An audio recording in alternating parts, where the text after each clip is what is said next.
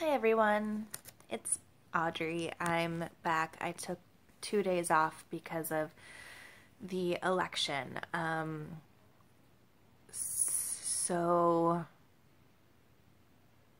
Trump won through electoral votes, and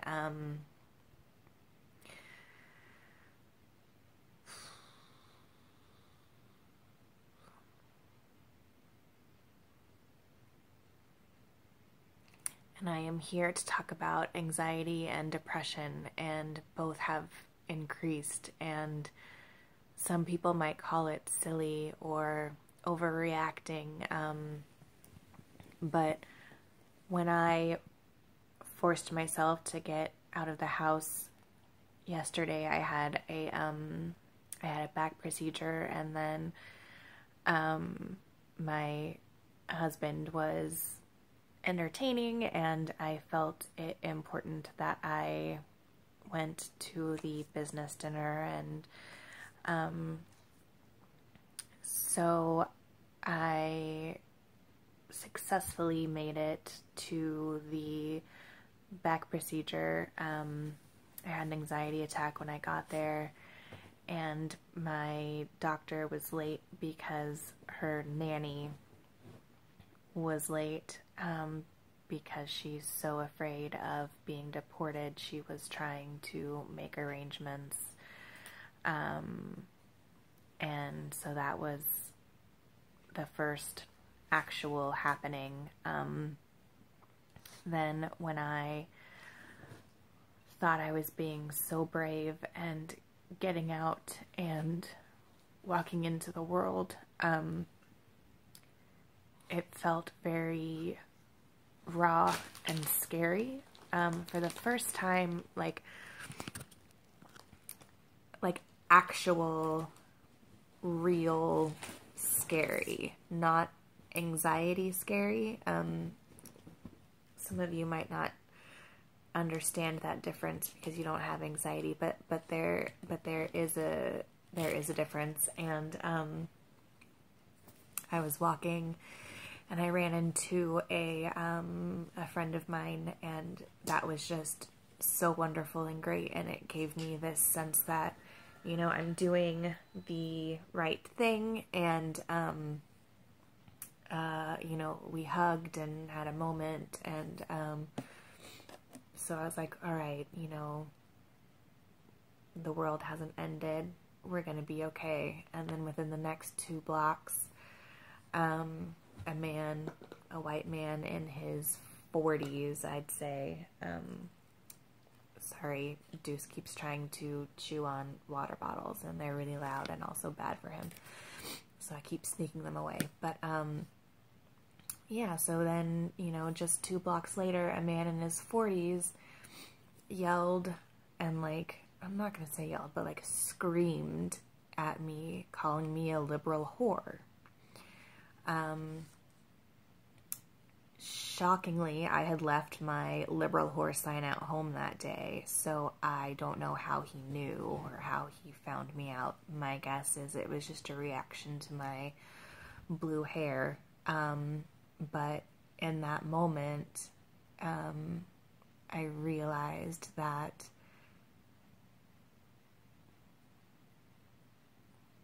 the world actually has changed, and people feel freer to scream and say all of these things. And I've been reading all of these posts that from other people, other minorities, women, mostly people of color. Violence has been enacted upon them, whether verbal or physical, and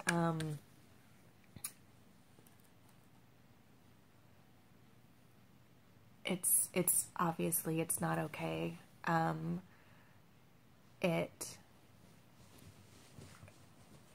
certainly makes my recovery much more difficult. And while I have been catcalled, I have been, you know, I'm a woman who walks around in New York City, so yes, I have had vulgar things said to me. But before it was different. It felt like something that the majority of people didn't condone. But being called a liberal whore just for walking down the street with blue hair set me into this whole different fear. But I soldiered on. I went to the dinner. We went to a show. And, you know, I don't know who the people that we were eating with voted for, but we both talked about how important it was to, you know, be kind and to not name call and all of those things. And that's something that I've always stood behind. And I didn't tell them the story of me being called a liberal whore because they're tourists and, you know, I didn't want to scare them. I also kind of just didn't want to talk about it because I knew that I would cry because it shook me to my core. And I know that I'm coming from a place of intense privilege because worse things happen to minorities and people of color every single day. So I'm certainly not saying that now I suddenly understand anything deeper or that I didn't expect this or that, you know, any of that stuff. I'm just saying my worst fears certainly have come true. And so today I had to come to terms with the fact that people that I love voted for him, and that's been really hard for me because it's people that are part of my support system. And so not only does the world feel so much scarier, but I currently feel like my support system has lessened, and I realize that it's kind of my own choice because I could overlook it and I could just move on. But those people just made the world so much more unsafe for someone like me, and for some of my best friends, and for millions of people, for my nieces and nephew, for just for a lot of us. And that is something that is very hard to reconcile. I will, of course, because I love these people and we will move forward. We will have those hard conversations. But when I had to walk Deuce, I just shook. I shook and shook and shook, and it's beyond. And when I say I shook, I don't just mean like my hands are a little tremory. Like it gets difficult to walk because my whole body is just shaken like a leaf that's about to fall off, a leaf in the wind, whatever the saying is. And part of me just wants to be like, you know, fuck this, I'm gonna fight, I'm gonna, you know, I'm gonna be there in the way that I have always been there when there are social injustices, and I am gonna stand up, and I am going to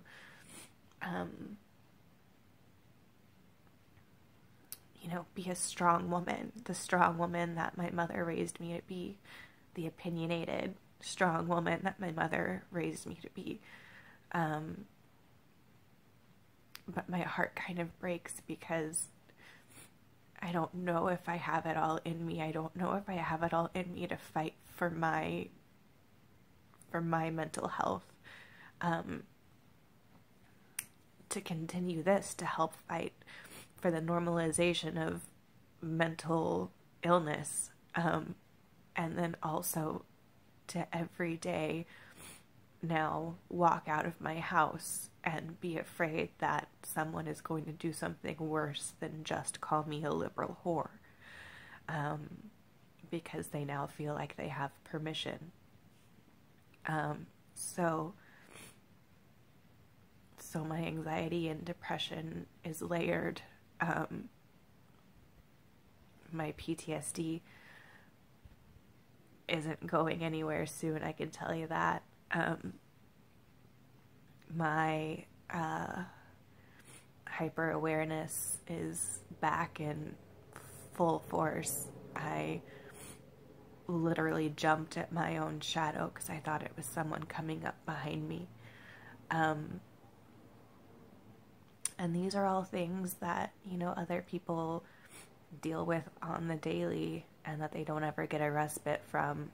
I am very lucky that I had a very long respite. And, you know, I'm trying to claw my way back, but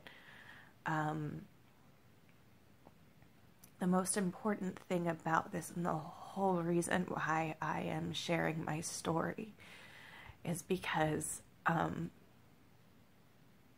people still roll their eyes. They roll their eyes when you say, oh, I've got anxiety, or I've got depression, or when you say I have PTSD. You know, they ask if you served in the military, and when you say no, then they roll their eyes because they think that that it doesn't exist outside of that world, and it very much does. Non-combat PTSD. So, you know, for all of those eye rolls, I just want to say, stop rolling your eyes, start listening to people. And just because their experience is different from yours, or you don't understand it, doesn't mean that they are less than, or that they are making something up, or that they are exaggerating, or that they are being dramatic, as women are often called when we talk about these things. So do me a favor, and the next time someone tells you that they're feeling a little anxious, or if they seem depressed, or if they seem a little jumpy, just ask them if there's anything that you can do. If you know, if they want a partner, someone to walk them to the subway, someone to walk them anywhere, just help make people feel safe right now. And not only right now, but always, because while the world for me feels incredibly different, for a lot of people, this is the same world that they've been living in. And it's just important that I'm not going to say come together, because I personally am not able to come together with anyone who voted for him quite yet, but it's important for us to reach out and be there. And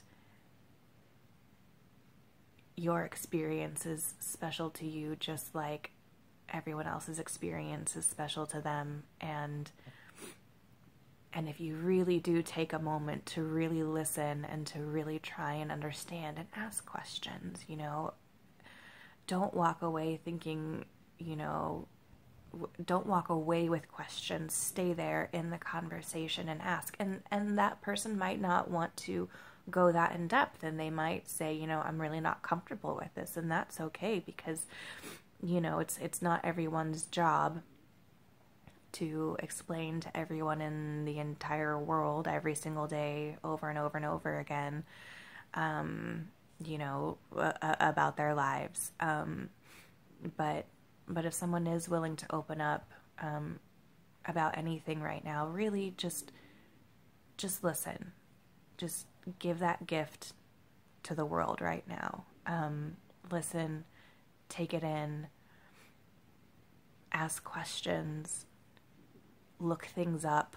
The onus isn't always, or really, the onus is never on us to educate you. I just choose to try,